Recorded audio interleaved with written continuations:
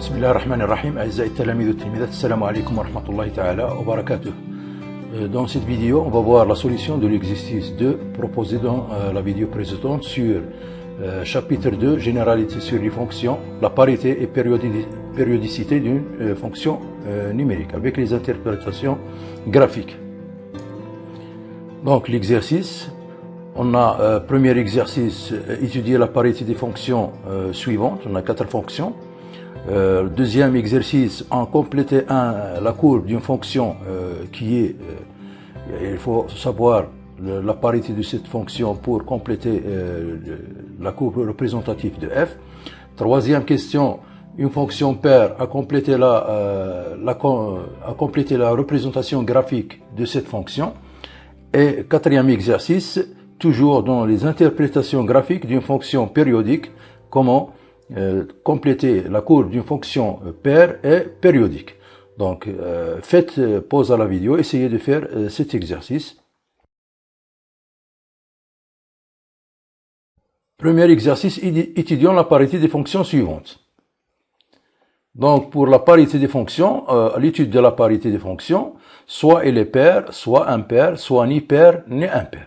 Bon, la première fonction, f de x est égal à 1 sur la valeur absolue de x moins 1. Première chose à faire, avant d'étudier la parité de la fonction, il faut déterminer le domaine de définition. Domaine de définition, c'est la première chose à faire. Donc on a dit premièrement, pour une fonction soit paire ou impaire, la première condition à vérifier, c'est que si x est dans df, alors le moins x appartenant à df, c'est-à-dire que df est symétrique par rapport à 0. Première condition à vérifier. La deuxième condition, c'est de calculer f de moins x.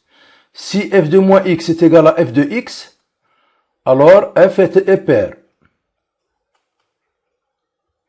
Si f de x est égal à moins de f de x, alors f est impaire. Si l'une des deux conditions n'est pas vérifiée, la fonction est ni paire ni impaire. Dans ce cas, il suffit de donner un contre-exemple. Donc, revenons à notre fonction f. Donc, on a f, c'est une fonction qui est définie dans R par 1 sur la valeur absolue de x moins 1. Pour déterminer le domaine de définition, on voit ici un dénominateur qui soit différent de 0. Donc, domaine de x appartenant à df est équivalent à dire que la valeur absolue de x, dénominateur, c'est-à-dire la valeur absolue de x moins 1 est différent de 0. C'est-à-dire la valeur absolue de x, il est différent de 1. Or, les nombres dont la valeur absolue est égale à 1 sont moins 1 et 1. Donc, x doit être différent de 1 et différent de moins 1. C'est-à-dire, domaine de définition de f est égal à r moins l'ensemble qui contient les deux éléments moins 1 et 1. Donc, on a déterminé le domaine de définition. Donc, pour étudier la parité de cette fonction, donc, il faut que df soit symétrique par rapport à 0. C'est-à-dire, il faut vérifier cette première condition. Si x est dans df, alors le moins x doit être dans df. C'est la première condition à vérifier. Donc, partons par x appartenant à df. Implique quoi? Implique qu'on a des x différents de 1 et x différents de moins 1. Donc, si x est différent de 1, le moins x est différent de moins 1. Et si x est différent de moins 1, alors le moins x est différent de 1. Donc, implique que moins x est différent de 1 et moins x est différent de moins x il est différent de moins 1 et moins x il est différent de 1. On multiplie par moins 1. Qu'est-ce que ça veut dire? N'importe quel élément qui est différent de 1 et différent de moins 1, il est dans df. Ça veut dire que le moins x, il est dans df. Donc la première condition, elle est bien vérifiée. La deuxième condition, on va calculer f de moins x. F de moins x, il suffit de remplacer x par moins x. F de moins x est égal à 1 sur la valeur moins x, valeur absolue de moins x moins 1. Or, la valeur absolue de moins x est égale à la valeur absolue de x. Deux nombres opposés ont même valeur absolue. Donc, ça veut dire qu'il est égal à f de x. Donc, les deux conditions sont vérifiées. La fonction f, elle est paire. La deuxième fonction, gx est égal à 2x sur x carré plus 1. Donc, il faut toujours déterminer le domaine de définition de la fonction g. On a ici un dénominateur, il doit être différent de 0. X carré plus 1 est différent de 0. On sait que x carré il est toujours positif. On ajoute 1, il est strictement positif. C'est-à-dire, il ne s'annule jamais. On sait que quel que soit x appartenant à R, le x carré plus 1, il est strictement supérieur à 0. Qu'est-ce que ça veut dire? X carré plus 1, il est toujours différent de 0 quel que soit x appartenant à R. Voilà, ça veut dire que le domaine de définition de la fonction g est égal à R. Donc, si le domaine de définition d'une fonction est égal à R, la première condition, elle est bien vérifiée. Et par suite, on a x appartenant à dg implique que moins x est là, aussi dans dg. Passons à la deuxième condition. Calculons g de moins x. Le g de moins x, on va remplacer x par moins x. Donc, on trouve ici moins 2x, moins x carré plus 1. Le x, moins x et le x ont même carré, c'est-à-dire moins 2x sur x carré plus 1. Est égal à moins g de x. Donc, on a g de moins x est égal à moins g de x. Donc, la fonction g, elle est impaire. Passons à la troisième fonction. La troisième fonction h de x est égal à x carré sur x moins 1. Donc, on va déterminer le domaine de définition. Le domaine de définition, c'est l'ensemble des x appartenant à R tel que x moins 1 est différent de 0, c'est-à-dire x il est différent de 1. Donc, domaine de définition, c'est R moins le singleton 1. On voit ici que le domaine de définition n'est pas symétrique par rapport à 0. Donc, on voit que 1 n'appartenant pas à domaine de définition. Par contre, le moins 1 qui est son opposé appartenant à df. Donc, la première condition n'est pas vérifiée. D'où la fonction est ni paire ni impaire. df n'est pas symétrique par rapport à 0. Il faut donner un contre-exemple. Le moins 1 est appartenant à df, alors que son opposé, alors que plus 1, son opposé, l'opposé de moins 1, c'est 1, n'appartenant pas à df. Donc la fonction h est ni paire ni impaire. Donc, on a ici dh n'est pas symétrique par rapport à 0. En effet, on a moins 1 appartenant à dh, alors que plus 1, c'est-à-dire son opposé, n'appartenant pas à dh. D'où h est ni paire ni impaire. La quatrième fonction, Lx est égal à x carré plus x. Cette fonction, c'est une fonction polynôme, donc son domaine de définition, c'est R. La première condition, elle est bien vérifiée. On passe à calculer L moins x. Donc, pour L moins de x, c'est égal, on va remplacer x par moins x. Donc, c'est moins x carré plus moins x. Moins x carré, c'est x carré, moins x. On voit que Lx est différent de L moins x. Si on calcule moins L de x, c'est quoi L on multiplie ici par moins 1, c'est moins x carré moins x. On voit ici le L moins x, il est différent de L de x, il est différent de moins L de x. Donc, il suffit de donner un contre-exemple pour dire que la deuxième condition n'est pas vérifiée. Il suffit de donner deux nombres qui sont opposés et leurs images ne sont pas égaux et ne sont pas opposés. On va prendre deux éléments, par exemple le moins 1 et 1. On a l'image de 1, c'est 1 plus 1, a au carré plus 1, c'est 2, alors que L de moins 1, c'est-à-dire l'image de moins 1, c'est 1 au carré moins 1. Donc, c'est égal à 0. Donc, le L moins x est égal à x carré moins x, ici x c'est moins 1, donc c'est 0. On voit que L1 et L moins 1 ne sont pas égaux et ne sont pas opposés. Dans ce cas, on dit que la fonction L est ni paire ni impaire. Donc, puisque L-1 est différent de L1 et L-1 est différent de moins L de 1, donc la fonction est ni paire ni impaire. Donc, passons à deuxième exercice. On va compléter la courbe ci-dessous de la fonction g, sachant que g de x est égal à 2x sur x carré plus 1. Il est défini sur R+. Sur R+, donc, pour compléter la courbe de cette fonction, il faut étudier la parité de la fonction g. Or, d'après la question 1, d'après l'exercice 1, cette fonction, elle est impaire. Donc, la fonction g, elle est impaire d'après l'exercice 1. Donc, puisqu'il est impaire, donc sa courbe représentative, il est symétrique par rapport à l'origine de repère. Donc, sa courbe représentative sur R-1, c'est l'image de cette partie par la symétrie centrale de centre l'origine de repère. Donc, il suffit de prendre le symétrique de cette partie par rapport à O. Donc, la courbe CG est symétrique par rapport à l'origine de repère. Donc, la partie de la courbe CG sur R-, c'est quoi? C'est la symétrique de celle de CG sur R+. Donc, on va prendre, par exemple, l'image de ce point par la symétrie centrale de centre O, c'est ici. C'est-à-dire, l'image de cette partie, c'est cette partie. puis l'image de cette partie par la symétrie centrale du centre O.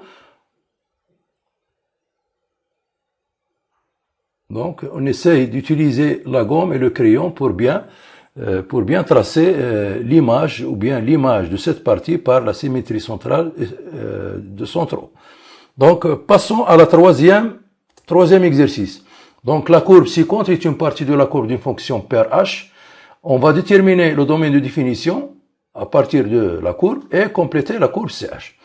Premièrement, elle est définie sur R+. Sur R+, on voit que cette droite d'équation x est égale à 1 parallèle à l'axe des ordonnées ne coupe pas la courbe de la fonction h. Qu'est-ce que ça veut dire? Ça veut dire que 1 n'a pas d'image. 1 n'a pas d'image, ça veut dire que 1 n'appartenant pas à DH, au domaine de définition de la fonction h. Donc si la fonction est paire, donc l'opposé de 1 n'appartenant pas à DH. D'où le domaine de définition. Donc, la fonction h n'est pas définie en 1. Donc, on voit que la parallèle à l'axe des ordonnées passant par l'abscisse 1 ne coupe pas la courbe de CF. Et puisqu'il est paire, donc il n'est pas défini en moins 1, qui est l'opposé de 1. Donc, DH, c'est quoi? C'est R moins l'ensemble qui contient les deux éléments moins 1 et 1. D'une part, voilà le domaine de définition. D'autre part, puisque la fonction paire, donc la courbe représentative c'est-à-dire sur R moins le singleton moins 1, si l'image ou bien l'image de cette partie par rapport à l'axe des ordonnées. Donc, on a l'image de cette droite, c'est cette droite. Donc, comme H est paire, alors ce H est symétrique par rapport à l'axe des ordonnées. On va prendre l'image de cette partie par la symétrie axiale d'axe des ordonnées. Donc, puis on va prendre le symétrique de cette partie dans R-. Donc, l'image de cette partie par la symétrie axiale d'axe des ordonnées. Donc, voilà, à peu près. Donc, il faut toujours utiliser la gomme et le crayon. L'image de cette partie,